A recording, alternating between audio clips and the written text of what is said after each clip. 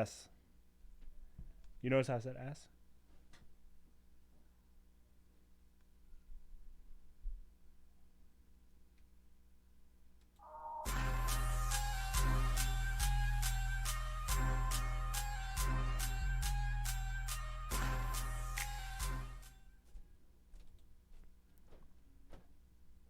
Assalamu alaikum and welcome to the MadMondays podcast.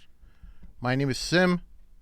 Along with me is my co-host, Mort, right up there in your top right hand of your screen. And every podcast, broadcast needs a Robin Quivers. That's ours right there. I don't know who that is. Is that like old people stuff? It's like Howard Stern. You don't know Howard Stern? He's that dude with the hair, right? Yeah. No, it's the white people stuff. What color? Dude, nobody listens to Howard Y'all Stern, are like, dude. you're such immigrants, man. Hey, when you say assalamu alaikum, do we say wa alaikum salam or do we also No, say... I think I'm expecting the listeners to say wa alaikum salam right now. Hopefully they probably just laugh at us like, look at these idiots. These guys think Wait, they are we actually have even listeners. live yet? Yeah, we're live, dude. Okay, I don't know. I didn't get a buzz or a notification or anything. So He just did that cool intro, man. He says assalamu alaikum to everyone. God. oh nice. Wait. Now Mort's got me worried. Wait, Sorry, hold on. I'm listeners. checking. I didn't get any alerts, dude. I got an alert. Maybe you're an iPhone. That's why. No, I just I didn't look at my phone. All I right, was just see? using the Now computer. look.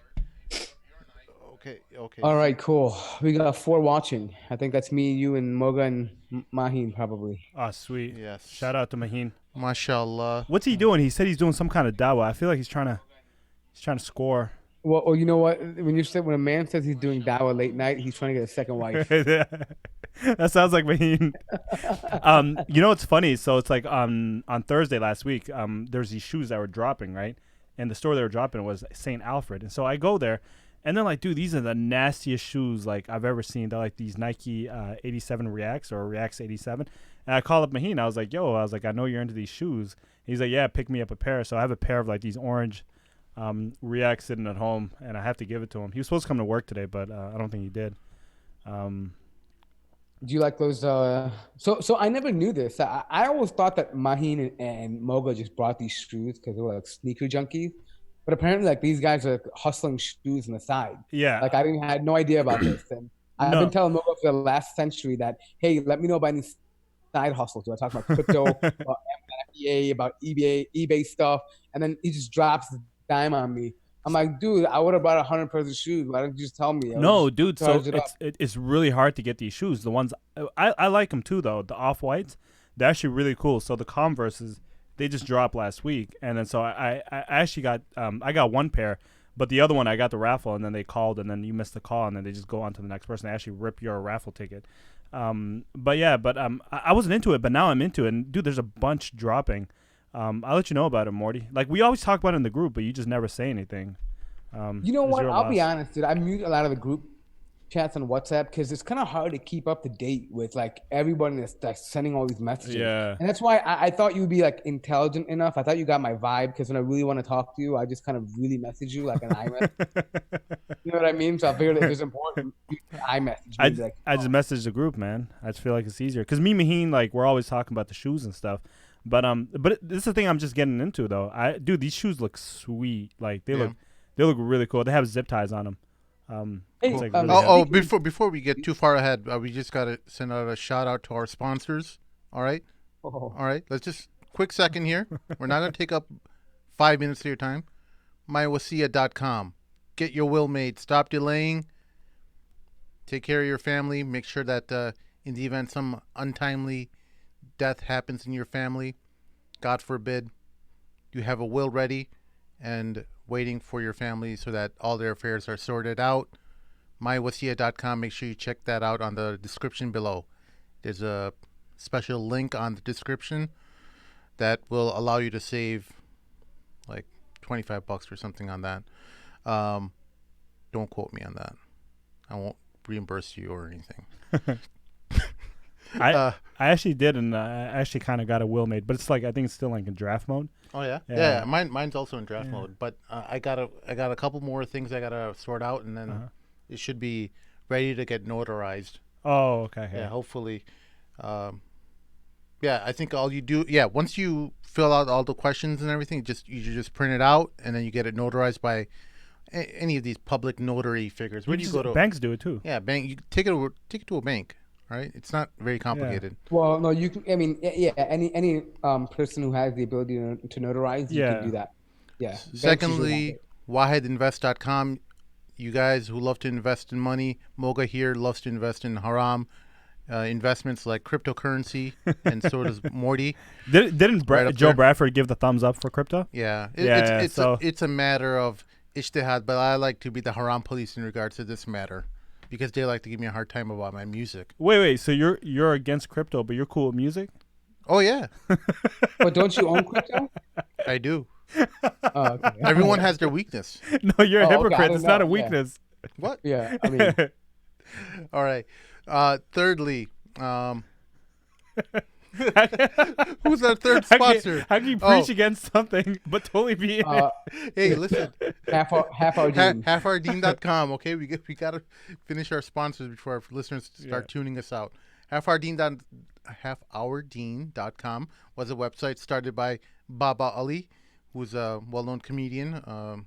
For those who don't know him, check out our podcast with him. We had a wonderful episode with him that a lot of people had a good time listening to. He set up this website that helps singles meet. You fill out a question. Yeah, you just fill out a questionnaire and their numbers do the magic and they get you matched up with somebody who is compatible to you. So take out the guesswork and go to halfourdean.com and stop being depressed. Stop looking at the gun down the barrel, man. There's hope. Why didn't we have this kind of stuff when we were young, man? We did. It was called AOL. We did, didn't we? That was kind of fun. I was at the tail end of that AOL thing where you had chat rooms. Yeah. Hey, so did you ever have an AOL instant messenger screen name, Moga? No, I did. I just don't remember what it was. Oh. What was yours? I mean, I'm guessing there's a story there. AIM 786. It's been like a screen name that was there for like 10 years. Uh-huh. I think I still have the email address. I just haven't checked it in like 15 years. On the real, we all had like multiple screen names for like each different girl. I only had one. Oh, I had Ruck. Wait. What do you mean for each different girl? Why can't you use the same one for the same girl? Okay, so you would have to find the girls in chat rooms, right? They'd just be lonely, and you can just tell by their name. They're like Pink Pony, something like that. No, it would be something like, hijabi for Allah or something like that. Something like that, right? It would have been like Muslima for life, or Ghuraba or something like that. Some name that you was like, Pink Pony sounds kind of pedophiliac. Yeah. What am I thinking? Pink Pony? Yeah. My wife is watching. The authorities are watching. No, it was not Pink Pony. So basically, I think what Sim is trying to tell you is that you guys now have it much easier. Like we had, the idea of being catfished was so much more for real, like back in the AIM, AOL days or Yahoo days, where you literally could have been talking to some old 50-year-old dude who was creeping on you and you would never know, right? Nowadays, you have stuff like, Half Hour Dean, where people can be verified, you know exactly who everybody is. Yeah, license. People have to submit their licenses. Right, you're not going to end up in a trash bag. Ours were suspended back then for driving recklessly. I know. Dude, I think my license was suspended in Chicago maybe a period of, I think 4 times. You were notorious. Yeah. Holy cow. I think, how did you not get your license revoked is I don't know, but the crazy thing is, who did you pay off? No, I was your going poor to the dad, gym. man. He had to pay for all this, didn't he? Not really. I had to pay for him. I had a job. Remember you took at Kmart? I had a job as a cashier. You had quite a few jobs, I remember. Yeah, I had a job. I used to work a lot. But not all legal either. No, not really. But this is Darul Harb, brother. So no, but I don't think people take that. I don't think that's legal to say anymore. I don't know. Know what Darul Harb means? What is that? It means like when the nation of the Ummah is at war with another nation, so you could do some kind of damage. Stuff. Okay. Yeah, like you can use deception, but it's just damage. A joke yeah, but like this is, it's supposed to be So It's very going back, complex. Just Okay. forget we even mentioned it. Delete it from your mind. no, people Don't think of this who device. understand, who in my generation What would are you know doing that. with your hands, bro? No, I'm making Like- them. You know that Men in Black thing. You know they had Yeah, that yeah. thing. Oh, the flash. Yeah, I'm trying to erase their memory. Oh, I thought you were like pepper spraying me or something. Come on. Oh, I have to spell out every reference for these young kids. Yeah. They don't Well, understand maybe anything. It's getting nowadays old. you don't like a movie, you just flick onto you Yeah, go to the there's next movie. Wi-Fi. Yeah, and stuff. Netflix and everything. Back when we were young, we had to appreciate every movie. Dude, remember we when would watch over and over again. I remember when No, I was but- 10, I but saw hold Adventures on. in Babysitting like 10 times, dude. So before we get there, so Moga, I want you I don't know to what that is. picture something really quickly. You remember now when you get pulled over, like you can give somebody your license and like they have everything about you, right? Yeah. And they don't. So back then, they didn't really have that technology.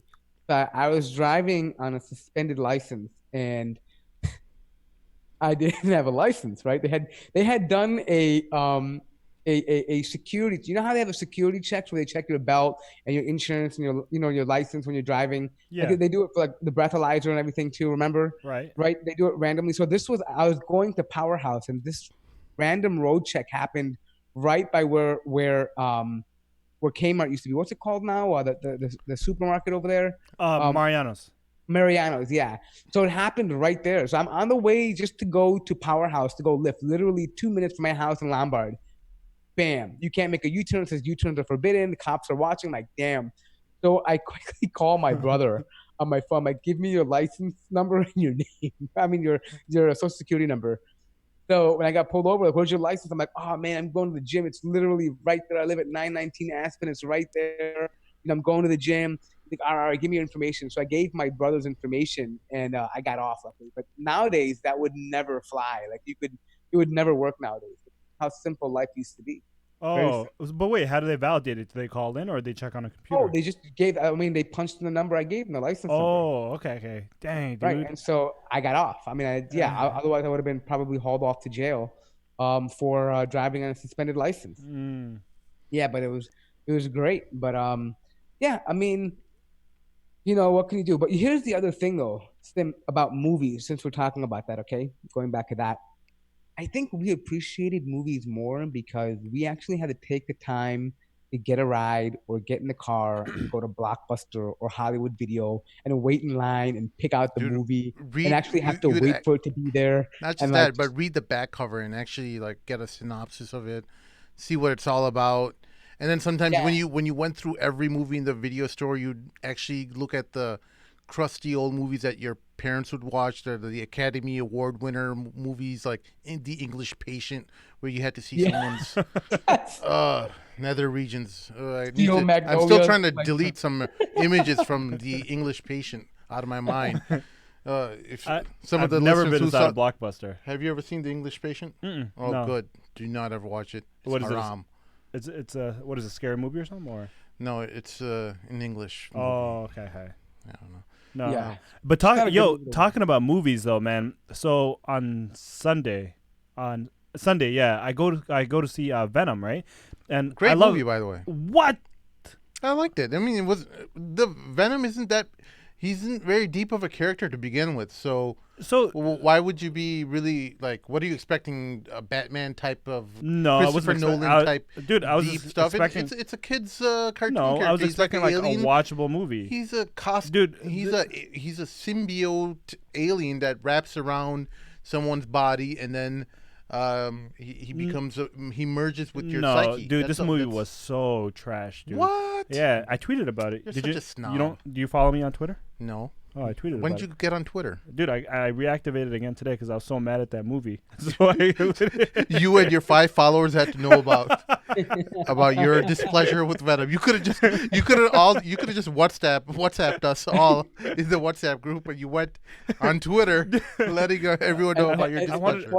The funniest thing about that is if you look at his bio, it says, "I made this for my fans." And like he literally had like 5 people. The only one that replies to me is Murtaza and the postman. The postman, Abraham. Yeah, Abraham, man. He's I love a cool you, cat, man. I love you, Abraham. Yeah. No, but I am your Abraham. number Like, one fan, Moga. No yeah, matter what. dude, he has a You know full why that conversation is? with me. I feel special, man. I'm like, hell yeah, Yeah, dude. but you know why that is, Moga? It's because I see a lot of myself in you. Oh, for real? Yeah, I mean, I think we did a lot of things kind of similarly. What do you see? He's black and you're not even close. No, he's He's part black tall. too. Murtaza, you did your DNA ancestry thing, right? I did. Yeah. What's your thing? How black are you? Well, I mean, it didn't really say like West African. It just said kind of like, West Asian. More. You're not black. Well, no, but I You're- mean, there is a percentage. But hey, More. look. Tell the listeners what you actually found out. That you found out about. You're a little bit Jewish. Oh yeah. I mean, that's there too. Yeah, there's a little Jewish blood in there. Like I think 14%. What? That's Yeah. a little bit. That's a lot. Yeah, I know. Hey, there's nothing wrong with that. Hey, why not, dude? I will give you the response that Safiya gave the wives of the prophet that my ancestors were Anbiya too. Yeah, okay? when the wives were teasing her about her Jewish lineage, right? Yeah. So don't tease me, okay? I'm not. No, All that's right? great, dude. Doesn't And this is 2018. This is my safe spot on this Doesn't podcast. the He's Israeli not government? He's not part of MLI.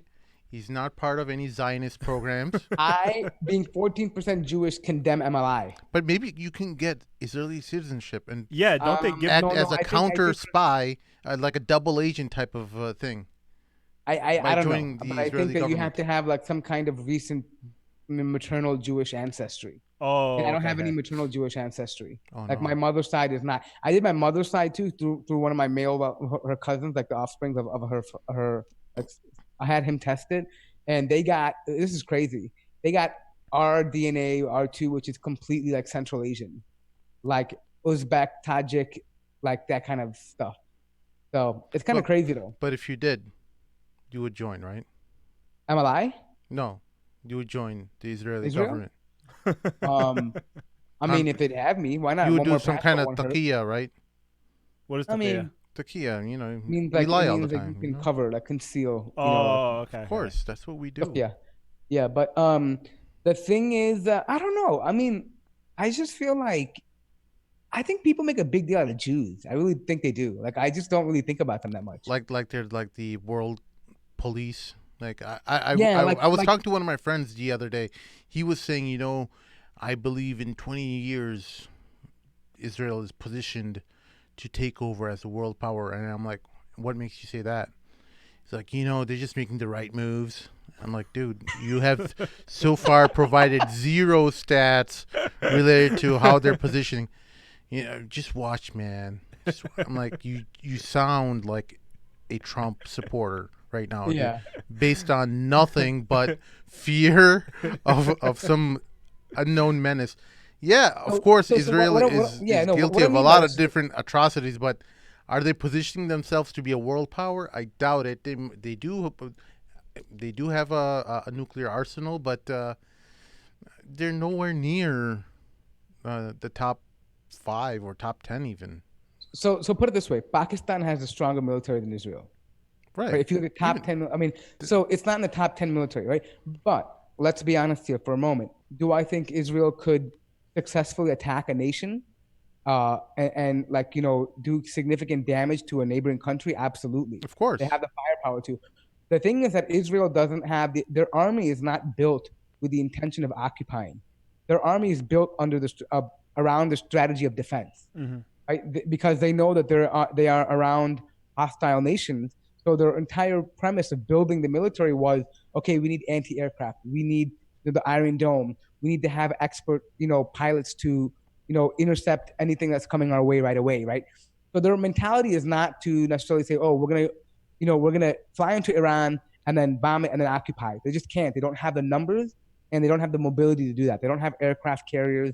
They don't have things like that, right? Mm-hmm. So I think, but the reason why I mentioned this was because I find a lot of Muslims all the time just blaming everything on Jews. And like, while I understand that what is happening in Palestine is wrong and it's definitely not something that should be happening, but I don't think that we can blame everything that happens to Muslims on Jews. Like, oh, ISIS were Jewish, or like, Al-Qaeda is Jewish, the Saudi royal family is Jewish. Like everything is about the Jew. And it's almost like victimhood. Like you know what it's like. It's like, you know how some African Americans will say, "Oh, the white man holds me down."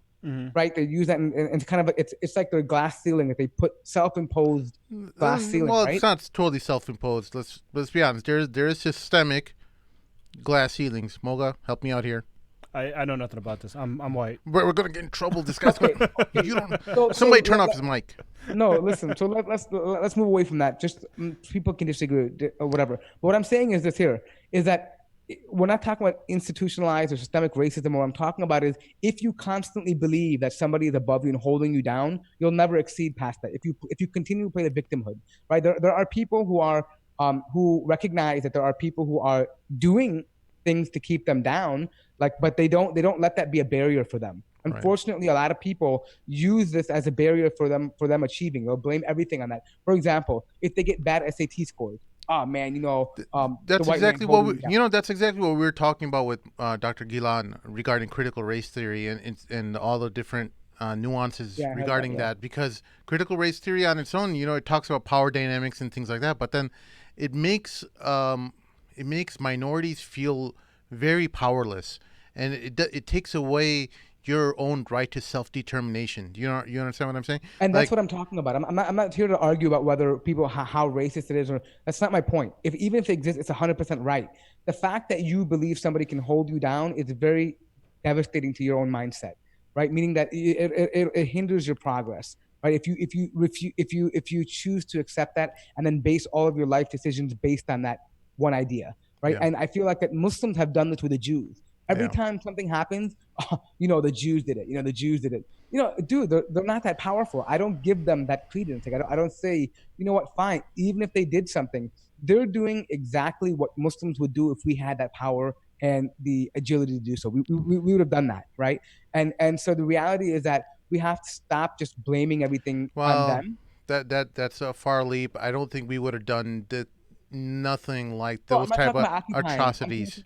No. Hold on. I'm talking about being involved in academia, being involved in. Oh, okay. I thought you were talking about the atrocities that the Israeli government is doing. I don't want to make the same one-to-one thing that Israel means Jew. Let's just make sure that's what clear. I'm trying to say. Yeah, exactly. Israel and Jews are different, right? But people who say Jews all the time, they're not talking just about Israelis. They're talking about Jews, right, around the world. Jews in Europe, Jews in America, Jews in politics, APAC. I mean, they talk about Jews everywhere, right? Yeah. So what I'm saying is we have to acknowledge they have gotten to the area of academia, of politics, of entertainment, comedy. Anywhere you look at, there's going to be a Jew somewhere, and they've gotten there not simply because they're Jewish. No one goes, "Oh, you're Jewish." But is that a stereotype more? Because you hear that all the time, like you're not supposed to stereotype people. But then, like Indians, we're like visible in Dunkin Donut places, pantries and gas stations. But we're also in like hospitals and. So I'll speak for myself. When I don't mind generalizations as long as they're generally correct. Right. Like, so what I'm saying, what I mean by that is, you'll find an Indian at Dunkin Donuts and Indians as being doctors and engineers.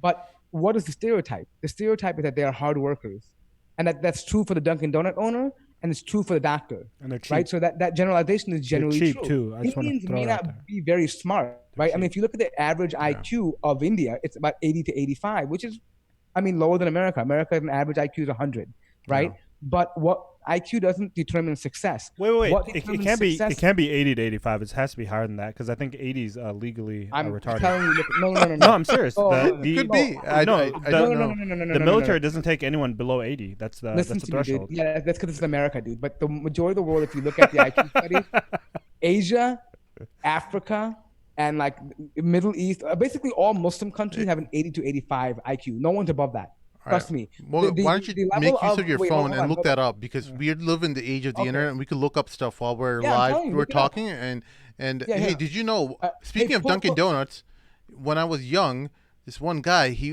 some sister was giving a speech in class, and she was doing a speech about the Kaaba.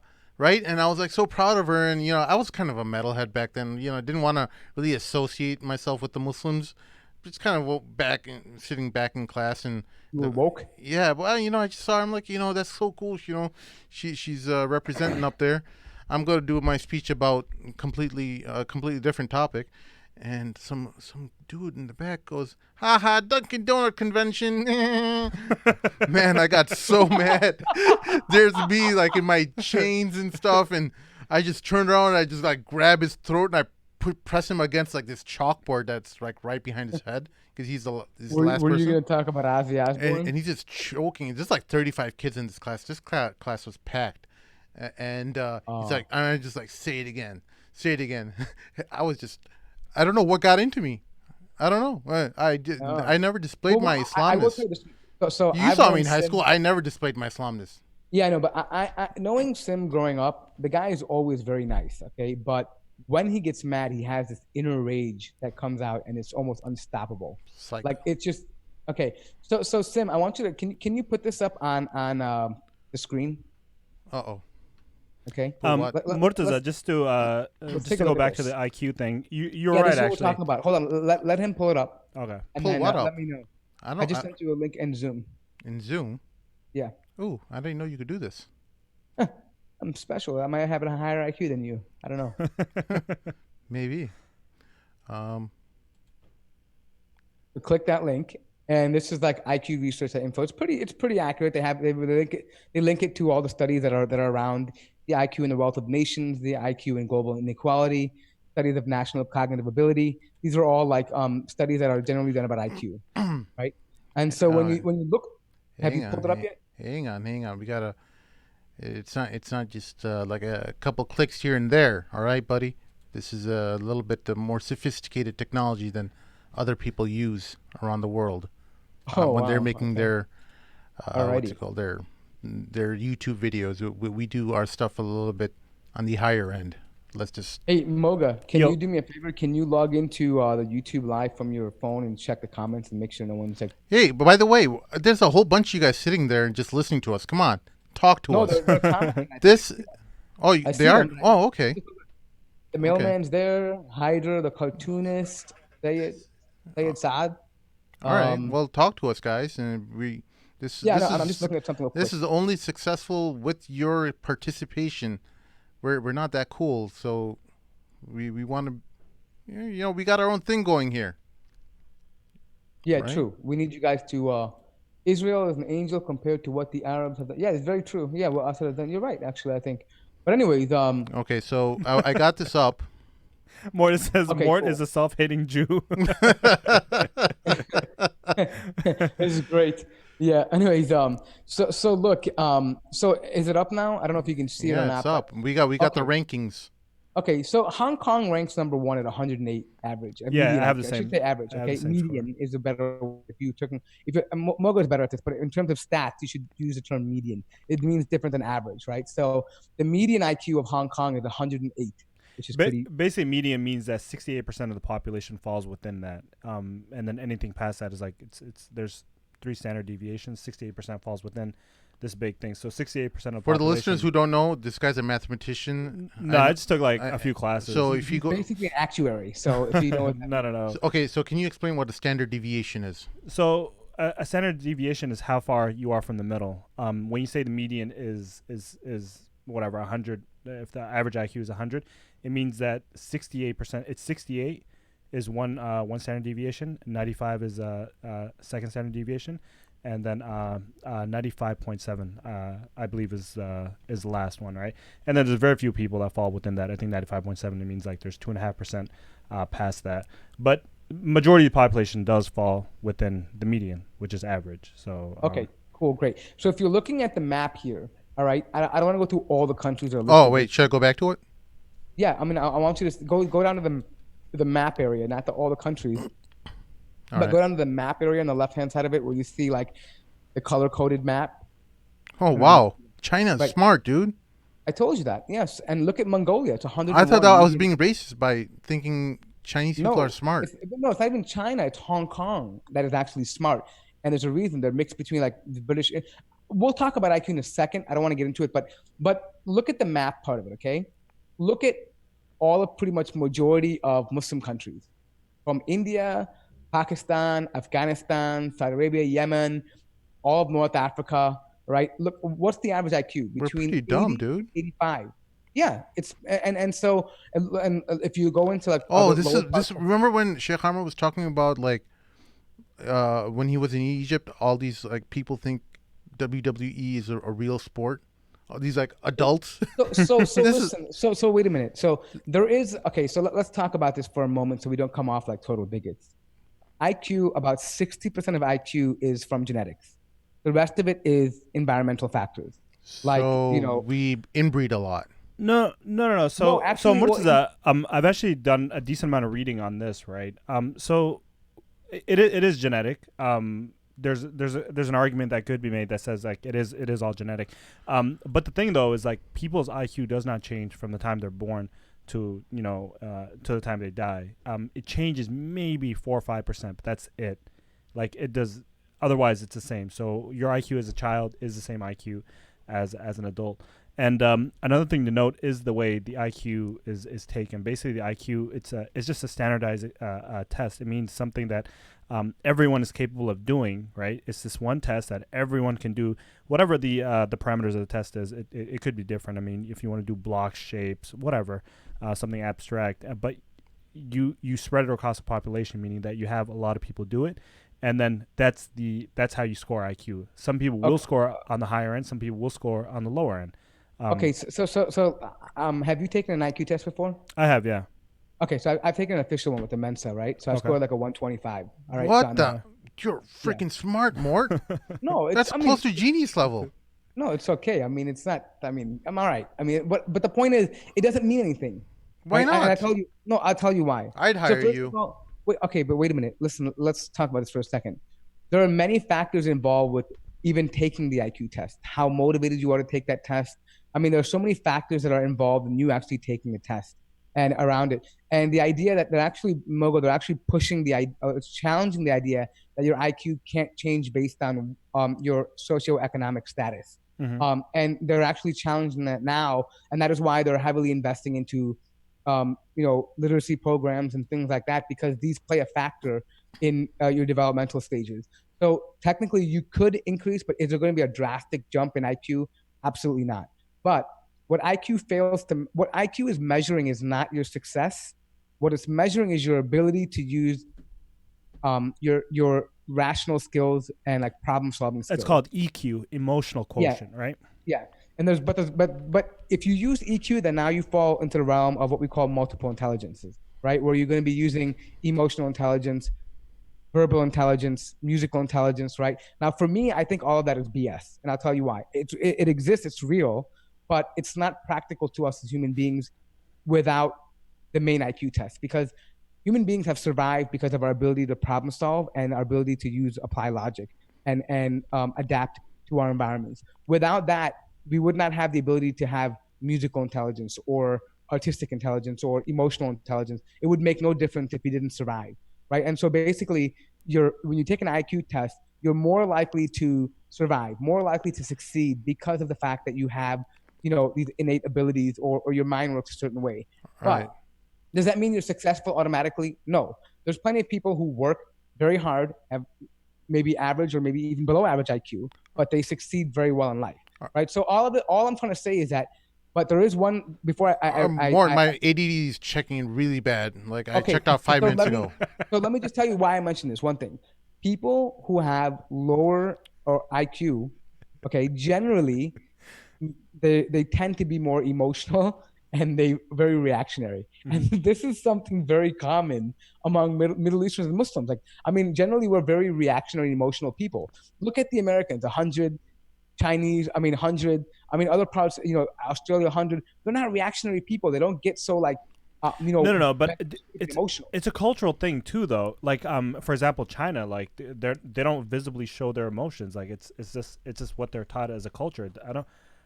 I don't know, man. I mean, it's Go ahead. Keep talking. Killing yourself if you mess up out of shame is pretty emotional to me, dude. That is true. That's true. That's pretty emotional. So okay, cool. So did you have a chance to look through some of the chat? I know there's a lot of people commenting, and the whole concept about Mad Mondays is that this is a group thing. We're gonna be interactive, and we get a chance to, exchange some ideas and. All right, cool. collaborate or yeah, discuss let's do that. something briefly. Let me There's just read there's some those. interesting comments here. I think Brother Chavez is saying totally different topic.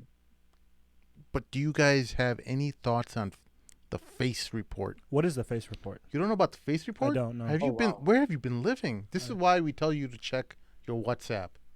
All right, it's been on everyone's WhatsApp all over the world. When you say everyone, you mean Muslims. Yeah. Okay. Muslims. Well, that's why I don't know.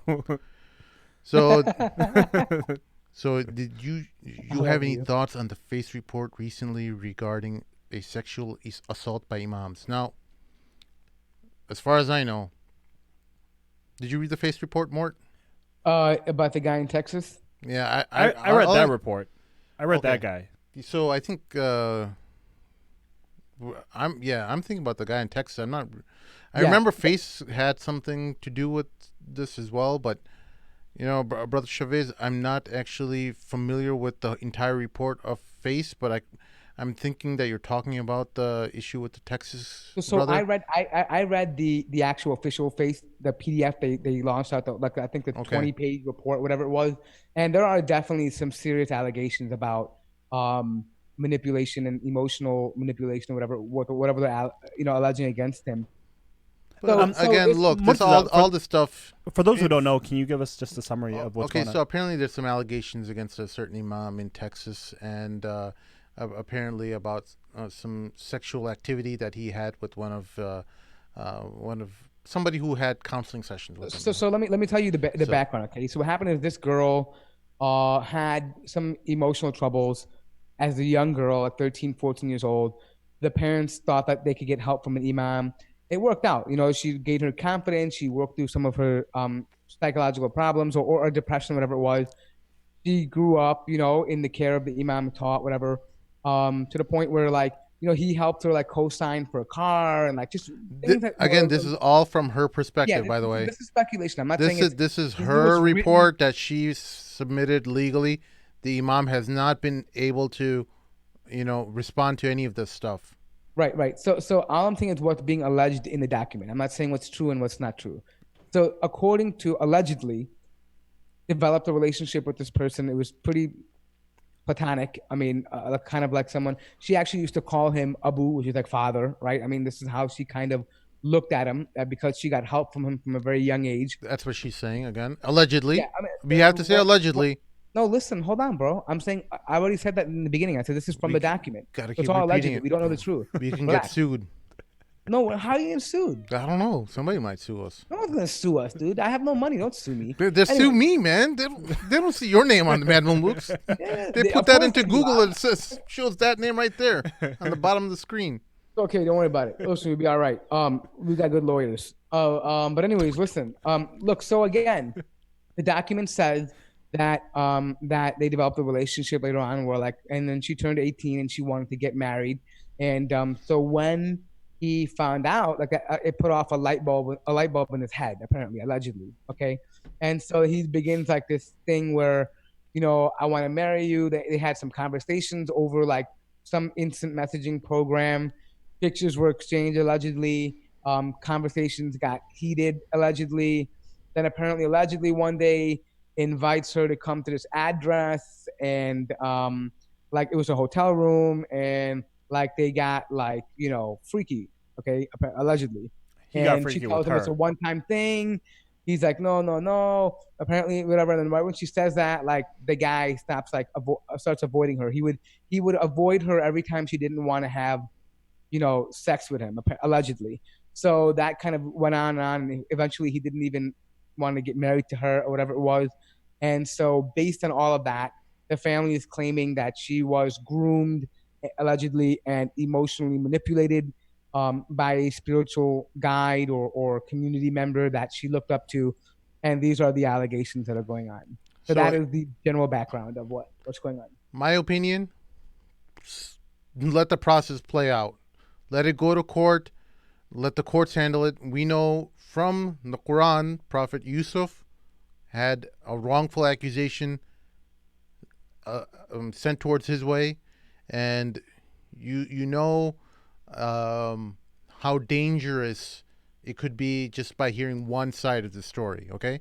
Now, we don't play into this still the idea that there's a the whole Me Too movement is garbage. We don't think that that's true at all. At least I don't. Mort, do you think the entire Me Too movement is garbage?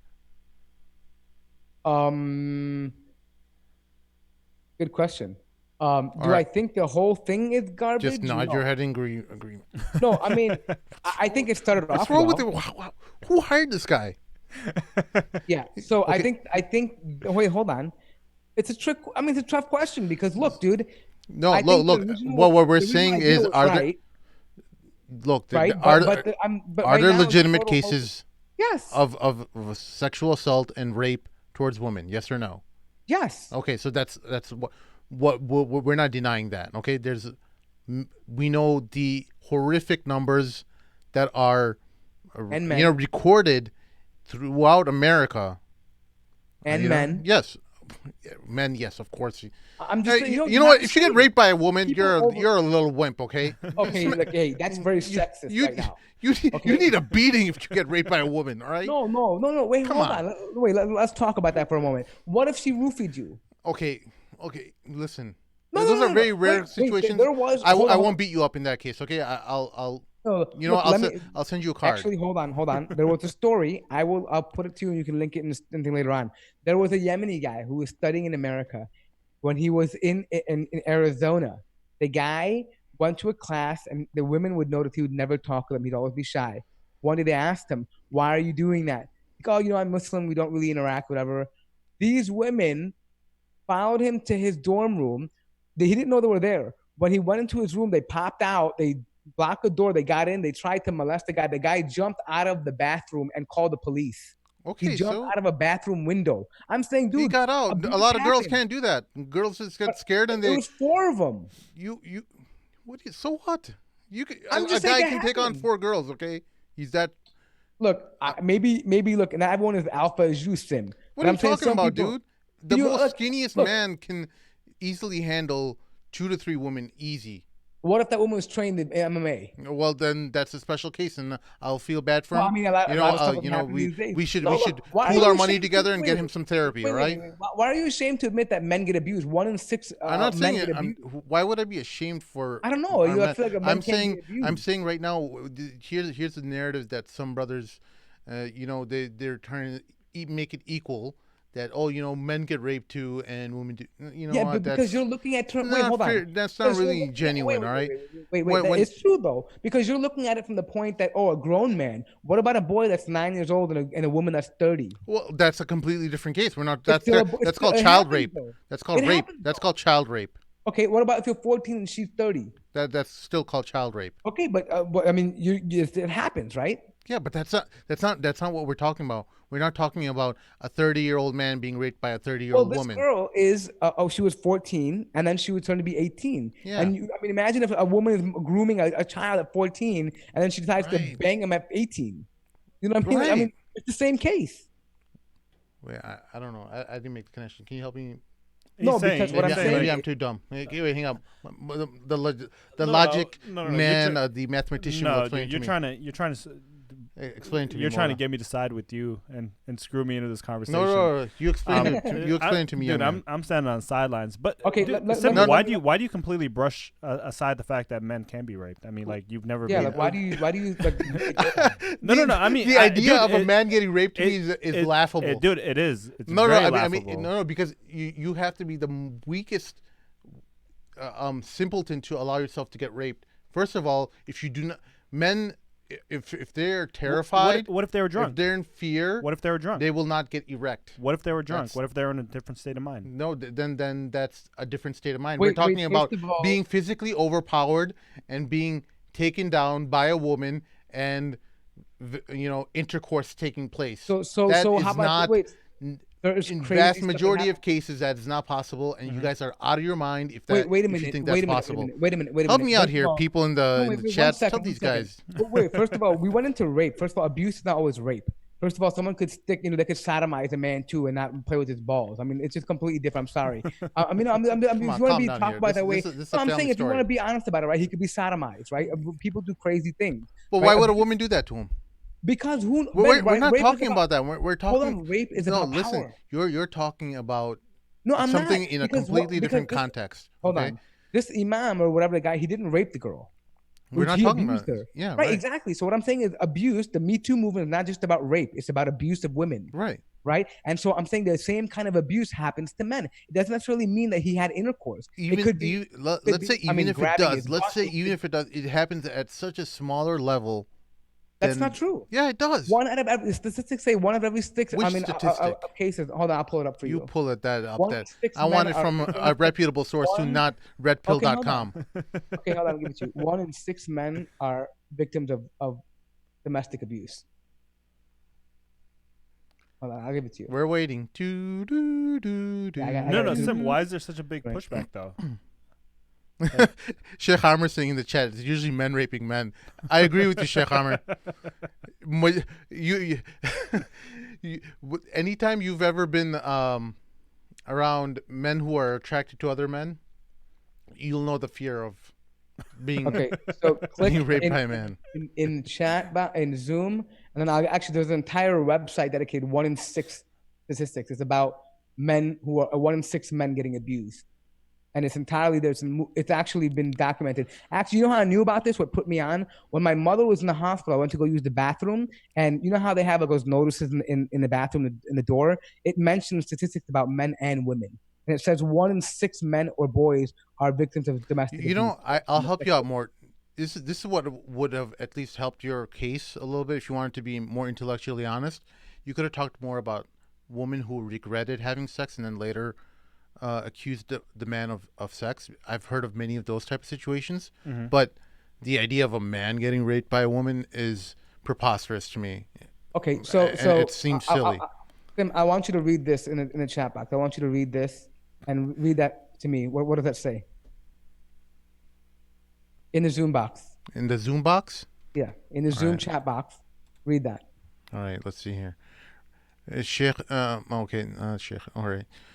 Here we go. Researchers have found that at least 1 in 6 men have experienced sexual abuse or assault, whether in childhood or as adults, and this is probably a low estimate since it doesn't include non-contact experiences, which can also have lasting negative effects.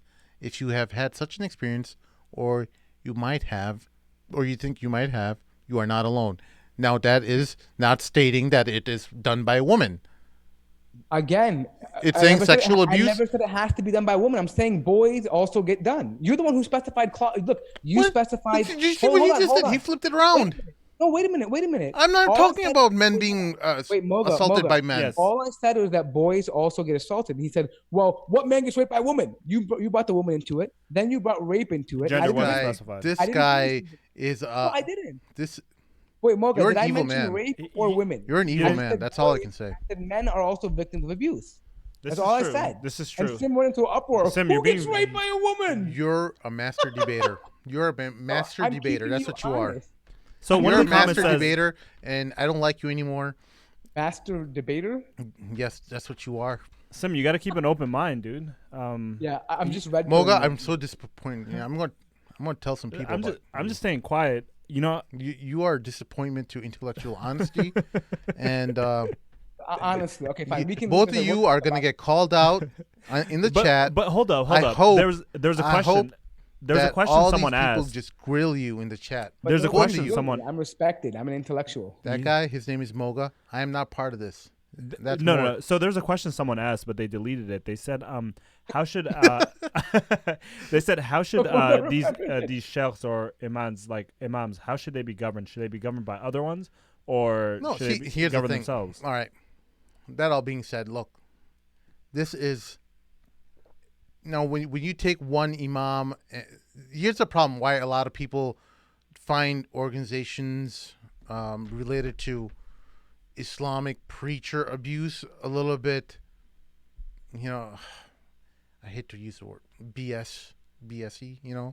We don't because they make it seem like the problem is so widespread. Okay, and they kind of create this fear culture, like, oh, be careful about your imam. He's gonna get your kid. That's kind of garbage, It's. I think the vast majority of 99.9% of your imams are perfectly safe, but that doesn't mean you be stupid and let your kids, be in their rooms and getting therapy with closed doors, and you just take off. You don't trust your kid with anyone. All right, forget about it, whether it's an imam, I agree. whether it's a teacher, whether he could be the mufti of a country. It doesn't matter, man. You don't ever leave your kids with anyone. That's it. So I agree. I agree with Sim. I think just because somebody is a scholar, you don't throw common sense out the window, right? You still apply. I mean, scholars are human beings, right? And you should be just as careful around them as you would be around anybody else, because they're human beings and human beings can make mistakes. I agree. But with regards to how we should proceed, I think, to be honest, it should be reported to the authorities and let it go through the legal system and let them determine. I don't think the community should be in the business of trying to find out who's right and who's wrong, and try to play the judge and the jury and the executioner. We have a law system here in America in place, and I think they can do a better job of it, because what happens is when you involve the whole community, you have sides, you have people who are loyal to one person or the other person, and you end up dividing the community over something that could have been easily resolved by a matter of providing evidences and whatnot. The court could have determined that, right? So I think that people have to be very careful about trying to. There's already a governing body. It's called the police. All right, call the cops if you know or know anyone who has a history of any kind of abuse happening to kids or women or the elderly or animals or whatever, or make sure that they don't apply to be an imam. All right. Absolutely. If you're that worried, make sure you call the cops about anyone becoming an imam from those categories. Logan, what do you think about it? Being a young man, especially furries. I don't like those people. Do you know these furry people? I don't know what that is. They dress up as costumes of. Oh, yeah, that was on an episode of Entourage. Right. Yeah, but it's actually real though. Like they actually have people that are transgender furries, or they actually they wear. No, some people are complete regular people, Mort. I know that, but I'm saying there's been an influx of these new transgender. Don't generalize. No, I was reading a news article. So look, everything I've told you, I reference, but you always doubt me. Why is that? Where's your husband done? What is it? Dude, Morty, this is why I don't like Sim. That's why I never call him.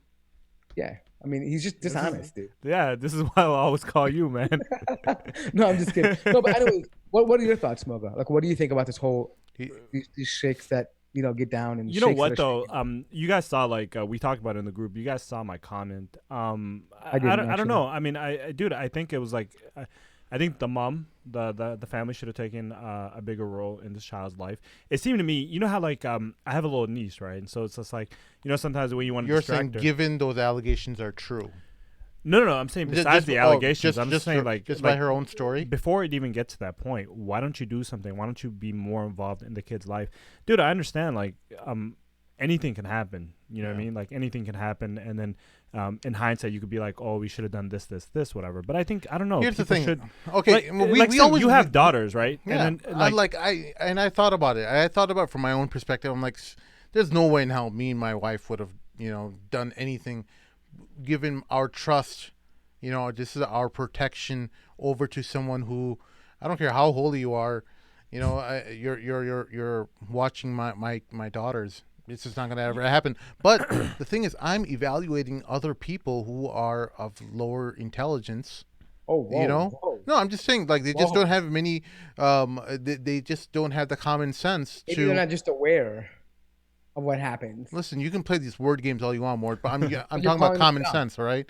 I'm talking about common sense. There's just some people who don't have common sense. They think they put misplaced trust into, or they place too much trust into people that's unwarranted, an unwarranted amount of trust. You know what it is too? Okay. It's just it's very well documented that in the article it said that in the allegation it said that the daughter, her father wasn't part of her life. And it's really well documented that that children without fathers actually they grow up with their own issues. And it seemed to me just from reading it, you know, all of us, like, we're just kind of painting. We have this picture painted, and so, like, based on that, what I'm gonna assume is that the mom just seemed like, hey, there's this guy, he's an imam, you know, he's not gonna do anything wrong. I trust him, and so she gave her kid off to him, and then whenever there was any issue, he became the mediator. That he was a middleman. You know what I mean? She'd always call him. She'd like, hey, there's so wrong with my daughter, and it got to a point where, dude, let's talk about this too. It's like the guy, he was married to 2 women, and he wasn't getting any action. You know, dude, that drives guys to do dumb things. I mean, like President Clinton, Tiger Woods. I mean, like, how many men have done dumb things? Like, it's not like, more. I know it's funny, but it's like I don't think we should just disregard that. I mean, no. I mean, so a couple of things here. First of all, yes. I mean, I'm not of the opinion that Sim has that they're of lower intelligence. I just think that they're naive. Women. Man, women do aren't naive people who are missing common sense. No, my brother is extremely intelligent, but he's very naive too. Yeah, but his brother's brilliant too. But that guy, man, he's just well. Yeah, I mean there's come on, Sim, there's different variations of naive. You can be intelligent, and very naive. Yes, and yes, intelligence does not necessarily mean that you also have common sense. Correct. So that means that people who have low IQ, it's not necessarily because they have low IQ, right? They could have very high IQ, just very book smart and not street smart. You know, they don't have relevant. Okay, so let's just leave that aside.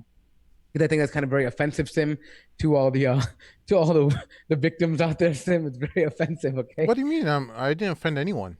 You called them low IQ. No, I called the parents who leave their kids with anyone that's not their own, that's their trust. They could have been naive, and then it may not be an IQ thing. It's just maybe they're really naive. I didn't say IQ. I said you don't have common sense.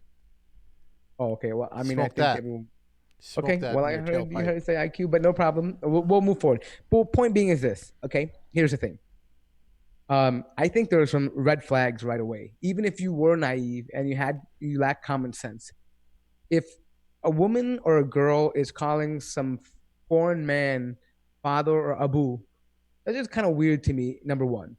Number two, the fact that he's co-signing on a loan for her is kind of weird as well too, right? I mean, because everybody knows that when you have, like, you know, you don't put money or trust somebody with money unless you got something going on with them, right? Like, you have to have like this really close relationship, right? And usually men don't just buy women things unless they're getting something, right? It just doesn't.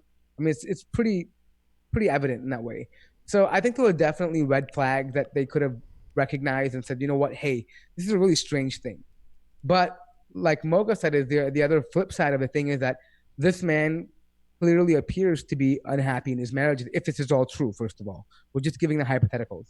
And what women don't realize is that if they don't put out, you know what I mean, like, their men will be more likely to cheat or like to, or be more inclined to, because it's a pretty important thing for men. I mean, at the end of the day, I'm sorry to say that. I mean, it might come off like chauvinistic or misogynistic, and I'm not saying that women don't need it either, but I mean, I think it's pretty well documented that men, are pretty much savages when it comes to this. Like, I mean, like, it's pretty much one of the reasons why we live, you know what I mean? Like, so if they're not getting it at home, naturally their eyes are going to wander. Their minds are going to wander. A lot of times it happens. I mean, people can say, some guys, that's not necessarily the case. I think there's some guys who just want different flavors.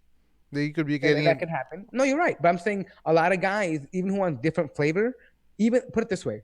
Do you think the guy who is attracted to different flavor would be more inclined to cheat if he was getting sex at home versus he wasn't getting sex at home? In which case would he be more inclined to cheat? If he was getting sex or if he wasn't getting sex at home?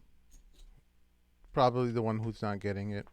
Right. So not getting it is still a factor. Whether you incline to love women or you hate women, or you have an appetite or don't have an appetite. Right. The factor is that I'm not saying that women should sit there and be sex slaves. Right. This is not what we're saying. But at the same, there is a certain need that a man has, and unfortunately, if a woman doesn't meet that, a man may begin to wander and look around and get ideas, and even. But a lot of people, what you're saying is people would make. They think what you're trying to do is make an excuse. Behavior. Yeah, that's what it sounds like, though. No, but I'll give you an example. If for example, do you believe that it's wrong for anyone to be assaulted, an innocent person in the street? Absolutely, it's wrong. Okay, so now if a person walks around with a $50 bill hanging out of his back pocket, walking around at midnight, could you say that person could have done something to mitigate that risk of being assaulted? Absolutely. Right. So this is what I'm saying. It's common sense, right? I'm not saying it, but it doesn't absolve the criminal of beating him. He still knows that it's wrong, right? But that person could have definitely mitigated the risk of being assaulted. And that's what I'm trying to say here, right? I mean, if you want to salvage your marriage, you want to keep a marriage around, you have to know that you give some things to your husband and your husband gives some things to you, right? And one of the most important things for most men, I'm not all men, can't speak for them, but sex is a very important thing, especially when they're younger. It's a very important thing. A comment that just came up, actually, this is the second time it came up. It said that means he has a total lack of self-control. I think self-control is something that is being overlooked here. There's got to be some self-control too, right? I mean, even if you're not getting it at home, that could be your test, you know? There's some people who are, you know, they have homosexual tendencies, and we wag our fingers at them and say, self-control, brother. You know, just because you have the impulses doesn't mean you engage in sodomy, right? So I think the argument of self-control would work if we're absolving him, of the responsibility. We're not. I'm saying he's completely guilty. It's a sin. It's haram. There's no doubt about it. He has to be accountable for himself too. But what I'm saying is that there's also a factor in that, that woman could have, or that wife could have made a better situation for herself. I mean, for the environment, right? If she wants to save her family, or understood her husband and said, look, my husband's nature is this way. He gets tempted this way, right? And so for me to do this, I know this is one of the things that I have coming into a marriage.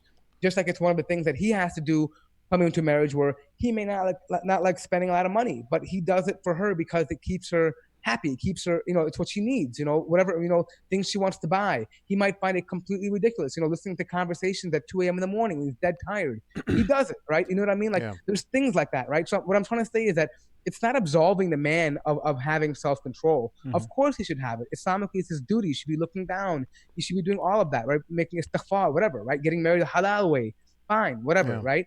But what I'm saying is that doesn't mean again more.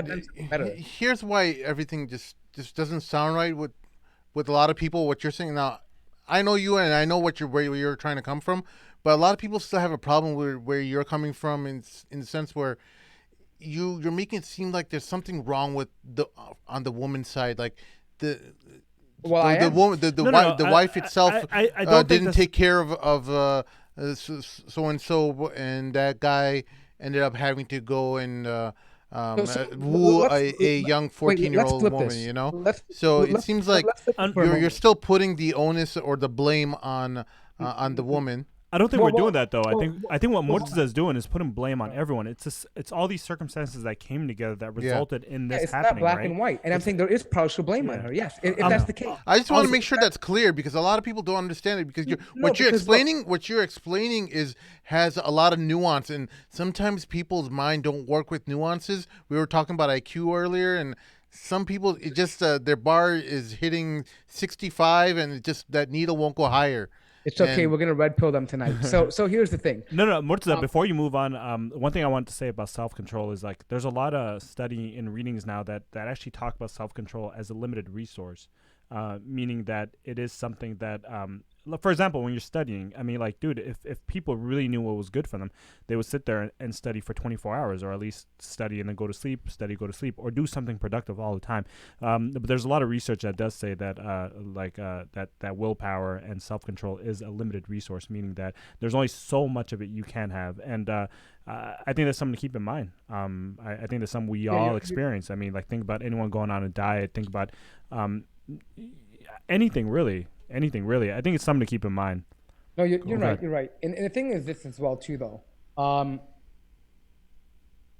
I'm going to give an example, and it's not all women, and it's not all women who cheat, but it's a very important example, I think, to use.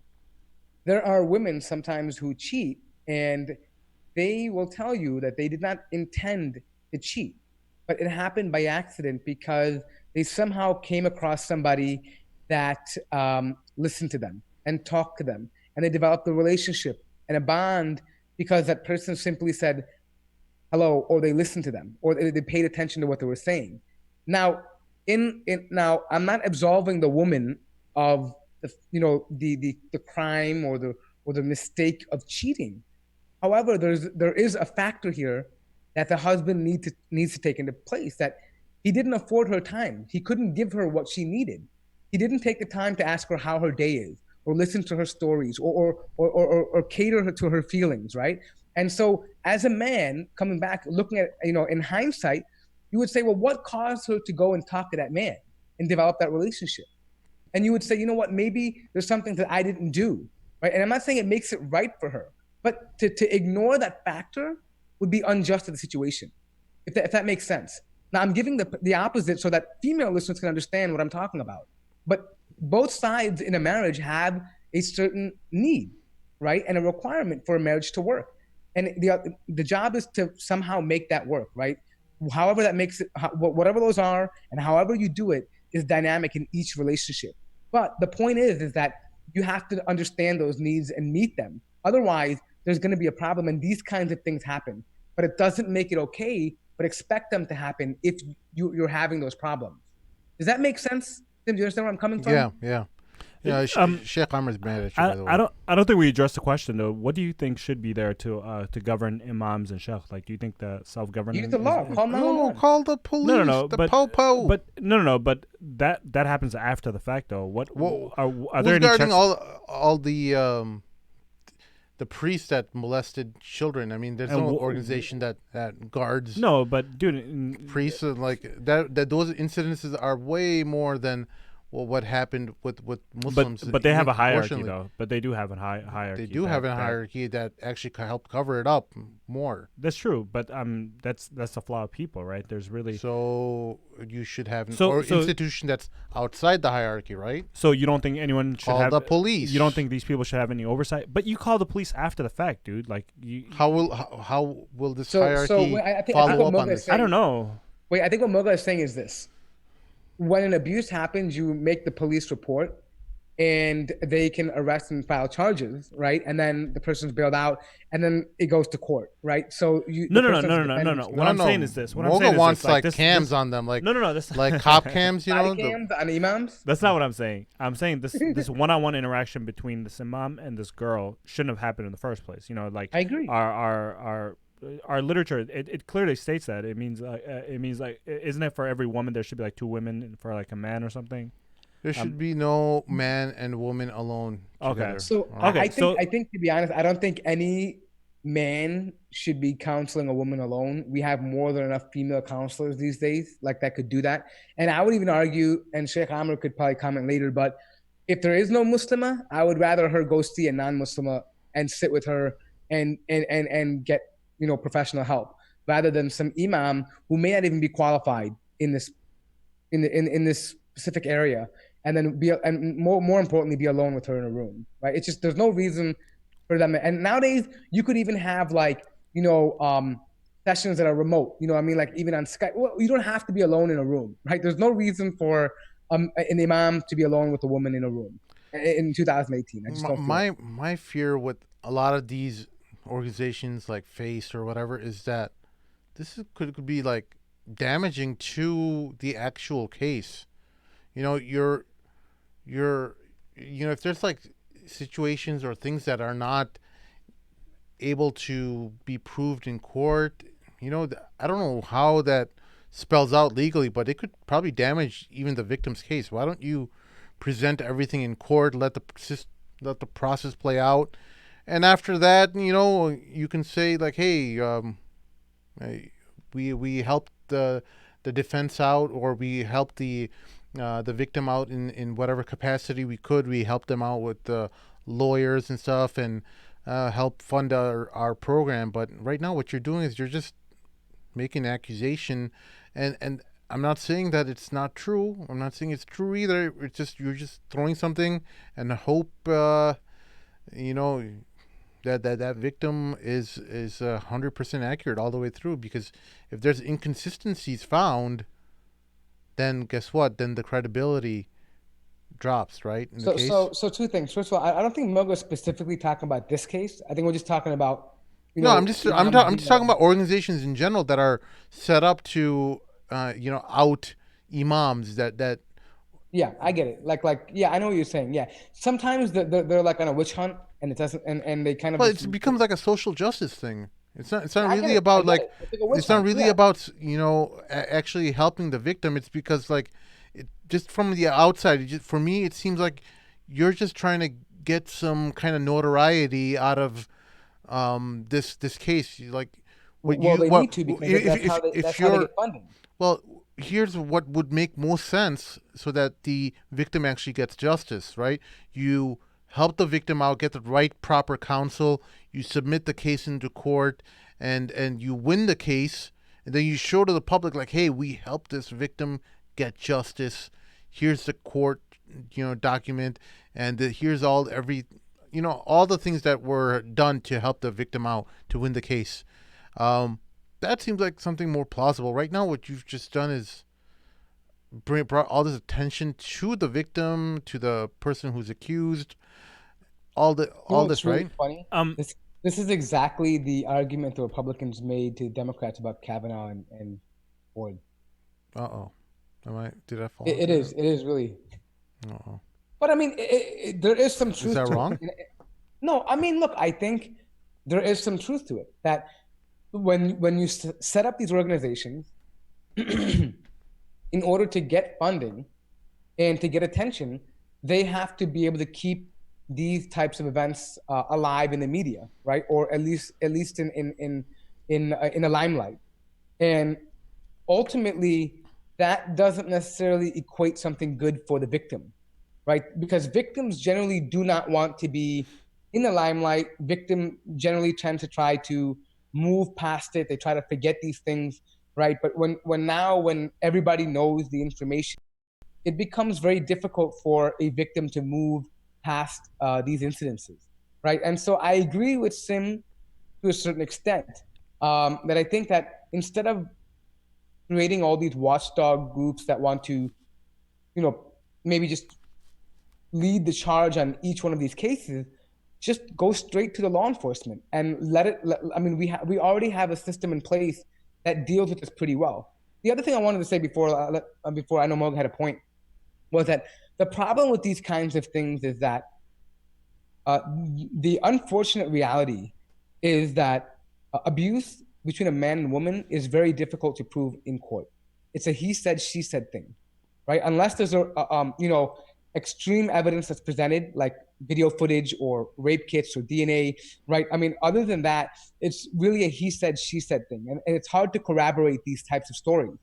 This is one of the reasons why you've seen, for example, Kavanaugh was confirmed because they couldn't really prove these things. It took Bill Cosby almost 20 years and 80 different victims to come out, right? And like the same thing with Sandusky, right? It took hundreds of victims to come out and people to say things, right? One-on-one cases hardly are provable in court. So that is another element that I don't think you guys considered either. Yeah, I would be interested in hopefully bringing somebody on from one of these organizations that are, trying to bring justice to the victims, and maybe we can understand their perspective a little bit better. I wanted to talk about one. There's a few comments here. There was one that said there was clearly a more rational Islamic method of getting some divorce his wives and then get someone more loving, right?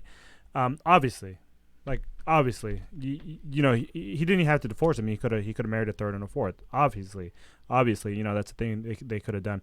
The comment was like no self-control, no ability to think for his consequences, and there says there's no nuance to it. You know what? One thing that I don't like is whenever there's a case like this, there's no discussion that can take place. It's just like, oh, this guy's guilty, he's a criminal, send him to jail, end of story. But why can't we talk about it? Why can't we talk about why this happened? What can we do to prevent it in the future? You know what I mean? I think we're not defending this guy. I think we all agree. I mean, if it's true, then he's a scumbag. If it's not, then it's a different story.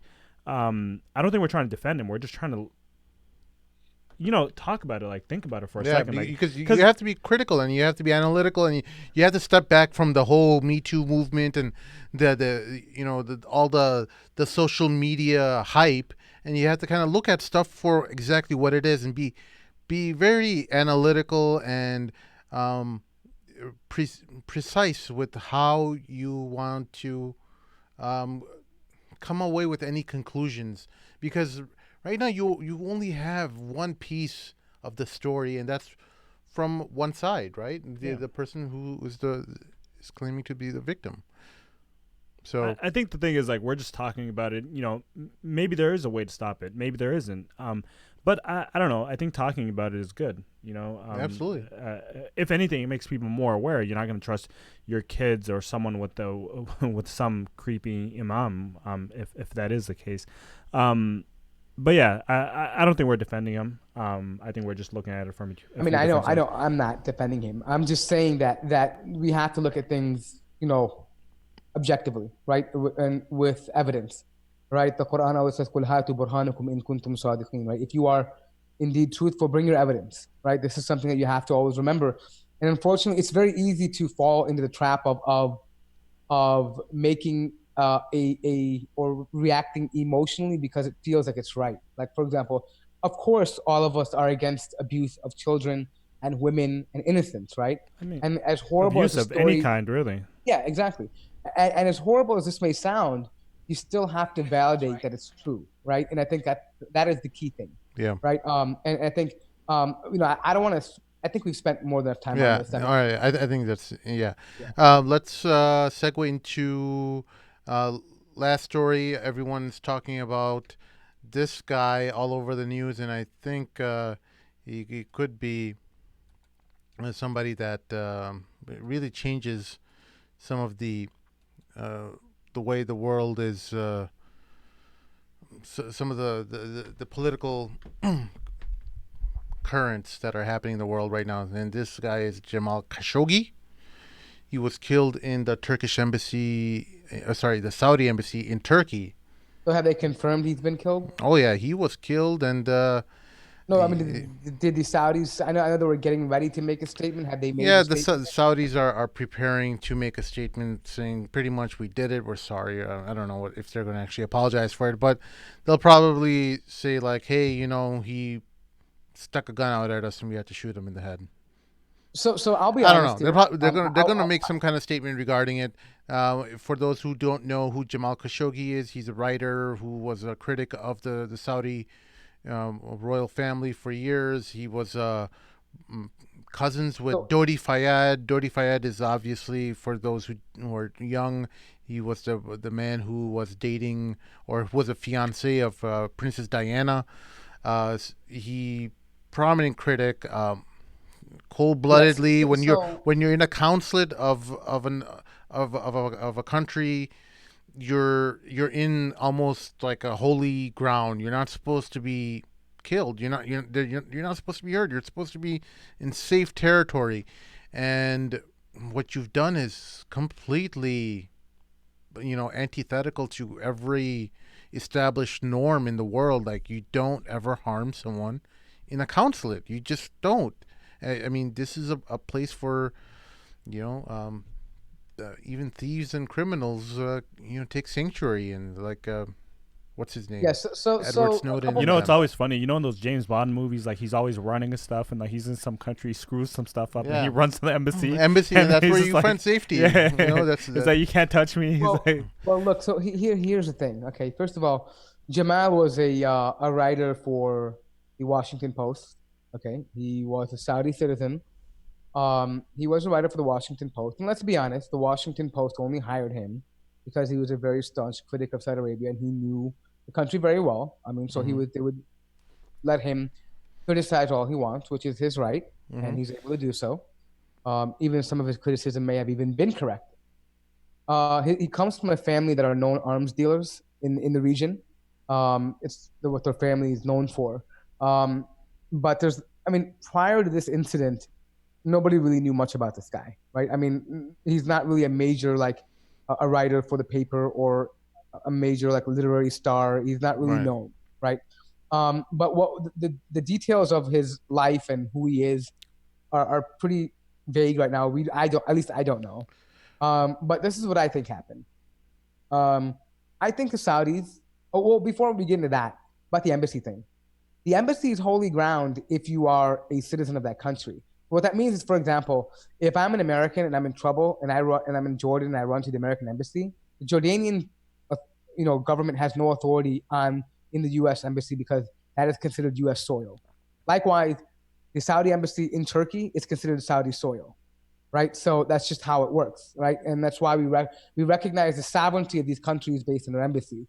So technically, if he was guilty of something and the Saudis wanted to extradite him from the embassy, they could have done that because that is within their authority. Mm-hmm. I'm not justifying what they did, though. All I'm saying is, but that is like Saudi territory for them. However, this is what I think happened. I don't think it's rare for the Saudis to do something like this. They're very harsh against any critic. They do it to their own people. They imprisoned their scholars. They've imprisoned their own family members. They've been very harsh to other critics within the country, outside of the country. And I think what they're going to say is, I think the Saudis did kill him. I'm not sure if they killed him there. But here's the more important question, Mort.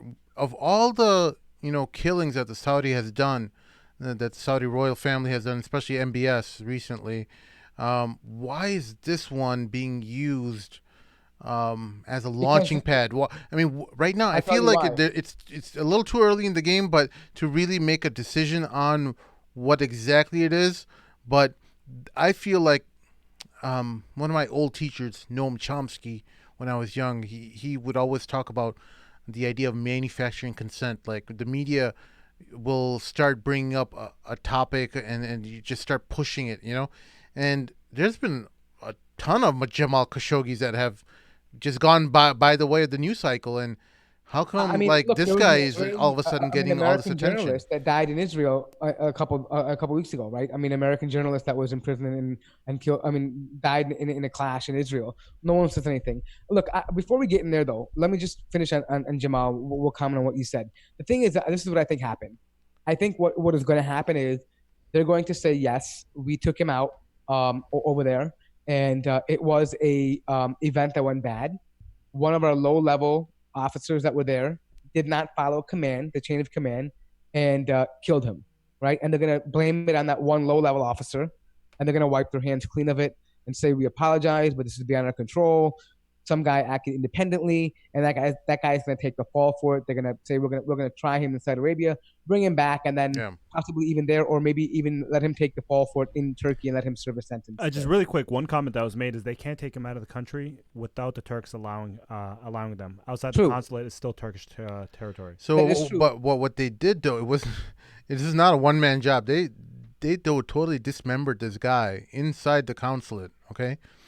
People are claiming there are videos of bags that are coming out. They definitely consistent with the amount it would be for a body, basically. Yeah, they definitely put him in chopped him up and put him in little duffel bags. And so any guys in Turkey right now, make sure you don't eat any doner kebab. So they can't just blame it on one person. That's very distasteful, all right? The man's family's still grieving right now. And I think you should. But I'm just saying, come on, guys. I mean, if they can do that, you don't know what to do with the body. I mean, I'm just saying, these people are sick, right? They are sick people. That's funny. You don't know what they could do. You know what I mean? Who knows? You know what I mean? So what I'm trying to say is this, though, is that yes, this is something that Saudis are very capable of doing. They have done things like this in the past. They are ruthless. But why I think this is different for the media is right now for two reasons. Turkey is trying to get into good graces right now because of their whole economy taking a crap. Correct. And then also, when it comes to the issue of freedom of speech, this is something that a lot of people, like the Europeans and the Western world, prides itself on. Yeah. Oh, freedom of speech, right? And so when that comes under attack, it's almost like their religion is under attack. It's like when Khabib felt like Conor was mocking his religion. This is how these people feel right now. That, oh my God, freedom of speech and press is under attack right now. And to be honest, the other thing is they are very, I think they're very eager to spark this revolution in Saudi Arabia. That it just becomes, they're dying to see it become completely Western and liberal. And they can use these events to catalyst the change. You know what I mean? Like to be the catalyst for rebellion and riots and protests, right? This is how we've normally seen manufactured rebellions, right? Or revolution, where they start with these kinds of human rights issues, right? And they blow them out of proportion. They create campaigns, Facebook ads, Twitter campaigns, right? And people rally, they're protesting. Next thing you know, you have a street full of people that are burning things and rallying, and the government's involved. And you get what I'm saying. Are you saying that MBS is falling out of favor with the West? Are you trying to say that they're trying to beat the drums of So there's two West right now. Unfortunately, there's two West, right? I mean, he's kind of cool with America. I think he's very cool with America. Him and Donald Trump, they're best buddies. But you do know that Donald Trump right now is putting pressure on them to release. Yeah, I mean, putting pressure. We'll see how long that pressure lasts. True, I think Donald Trump and MBS are both hoping the 24-hour news cycle takes over and forgets about this guy. So regardless of how you feel about how close Saudi Arabia and America are, but how America feels about Saudi Arabia is very different than how Europe feels about Saudi Arabia. And both of them are, quote, Western countries, right? Europe generally has stopped selling military weapons to Saudi Arabia because of their war in Yemen, right? They pretty much want them to stop the war. America is not really saying anything. So right now, Saudi Arabia is not really in good standing with Europe, right? But in America, they are. So when you say, isn't the West, are they trying to start this? And in my opinion is that the European world would definitely like to see Saudi Arabia become more like Europe, meaning more on their team, and human rights and freedom of expression and gender roles. And I mean, you name it, right? They want to see that, right? And I think that the West, America isn't that heavy on that right now. They're kind of letting everything slide. So when you say, is the West conspiring? It's a tricky question. I think Europe definitely wants to have this narrative. They want to see a revolution in Saudi Arabia. I definitely think they do. Yeah. All right. Well, we're going to wrap this baby up because we're well past an hour. We're coming to an hour and a half, and Moga's got food here waiting for him. He hasn't eaten dinner. No, I don't have food. I'm hungry too, man. What are you going to eat? I'm ready to go for another couple hours. What are you going to eat, Moga? Yeah, what did you get, man? Did you get some food for me? No, it's like my brothers just brought some chicken. Sukar? Your brother brought some chicken? Yeah, so I could take home. Oh, mashallah. Oh, your mom cooked it? No, it's raw chicken, yeah. Wow. All the way to the studio here. That's some loyal. We love chicken. Can I say that? Hey, no, you can't say that. That's stereotyping. I don't care. Even if I do it against myself, is that normal? Not allowed. What if you like biryani and you genuinely like it? Is that racist? Is that? I do like biryani, but that's racist. You know who likes biryani? Arabs, man. They love biryani. Yeah. They hate Indians, but they love biryani. It's the funniest thing. Isn't that crazy? Like how that works? And they watch Bollywood on the weekends. Like it's just strange. Only Arabs like it, not Indians. Or else we're stereotyping. I've met so many Arabic people in the Gulf. Like they always say, "I love Bollywood." And I'm like, bro, I don't even watch that stuff, dude. Like. But you're part Jew, though. Is that why? Do you think your Jewish side maybe right, I like Jewish media. Like Ben Shapiro. All right, let's give a shout out to our sponsors. Thank you, everyone, for joining us in our chat. wahidinvest.com. Make sure you check them out. Invest in the halal finances and make sure your money is going towards halal products. Go to wahidinvest.com. Check them out in the description below. mywasiya.com. Get an Islamic will made in little as 15 minutes. Get your question or get your financial matter sorted out, and then go to the website, fill out the form, get it printed out, take it to a notarizer. You have a legal tender will ready. Lastly, halfardeen.com.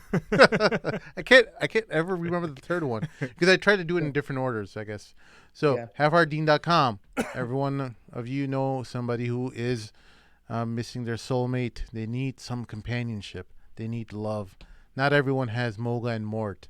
No. They need a female companion. True. Hey, listen, before we sign off. Oh, wait. You finished off? He's paying the bills, bro. Leave him be. We got to finish paying the bills, dude. Well, I thought you already made the announcement for Half Ardeen. No, we just said Half Ardeen, but you didn't let me finish the. All right, go ahead. Continue. So. Go ahead, Simbo. Fill out a questionnaire. Get matched up with the right person. Person who gets you. Who knows how your mind works. Dude, you'll never figure out women. I tell you guys right now, never ever. Half Ardeen has figured it out, Moga. Be quiet. You don't know anything. Go to halfardeen.com, set up by none other than Baba Ali, a magician of the mind. He will help you. All right. So before we sign off, I know we promised last week that we're going to be making some big announcements. Kind of delayed because of Mr. Moga there. He hasn't come through yet on something that we're working on. So I'm putting you on the spot now, Moga and Sim. Next week, we are definitely having an announcement about something huge and big that's coming up. I'm really excited about it. I think it's going to be a great endeavor. I think you guys are going to be absolutely excited about it. I think there's going to be a lot of ratings. I think the chat will be just off the chain. I think there's just going to be hundreds of people. That's why in the chat. Yeah, but stay tuned. It'll be on Thursdays. Well, we'll give them that much. Okay, it'll be on Thursdays. Yeah, it'll be on Thursdays. And it'll be involving a well-known Muslim as well. It'll be a series on Thursdays. Yeah, Thursday series. All right. It's going to be stay funny. tuned. It's going to be, a little bit different than this. It's going to be with somebody that can address topics of taboo with in a very casual and humorous way. Yeah. So it's going to be great. Make sure you tune in. Make sure you subscribe to us on YouTube. Like us on Facebook. And Twitter. Follow us and spread the word. Be cool. And by the way, the new email is info@themadmamlukes.com, no longer the Gmail. So if you're sending email, make sure it goes to info@themadmamlukes.com. And yeah. All right, guys. Hey, just really quick. We'll talk to you later. I want to give a shout out to some of these people watching, man. These commentators are pretty dope. They're smart people, man. Where'd you get these guys? Like who? Whoever's watching. Imad is my homeboy. The mailman is my homeboy. Yeah, what about Sayed? Who's that? I don't know, but I like him. I think he was here last time. What up, Sayed? Yeah, cool cat. Abraham, love you, bro. Yusuf, love you. All right, man. Everyone, talk to you later. We'll see you next Monday. Assalamu alaikum. Assalamu alaikum. Hold on, Moga, don't. We're going off of the chart right now.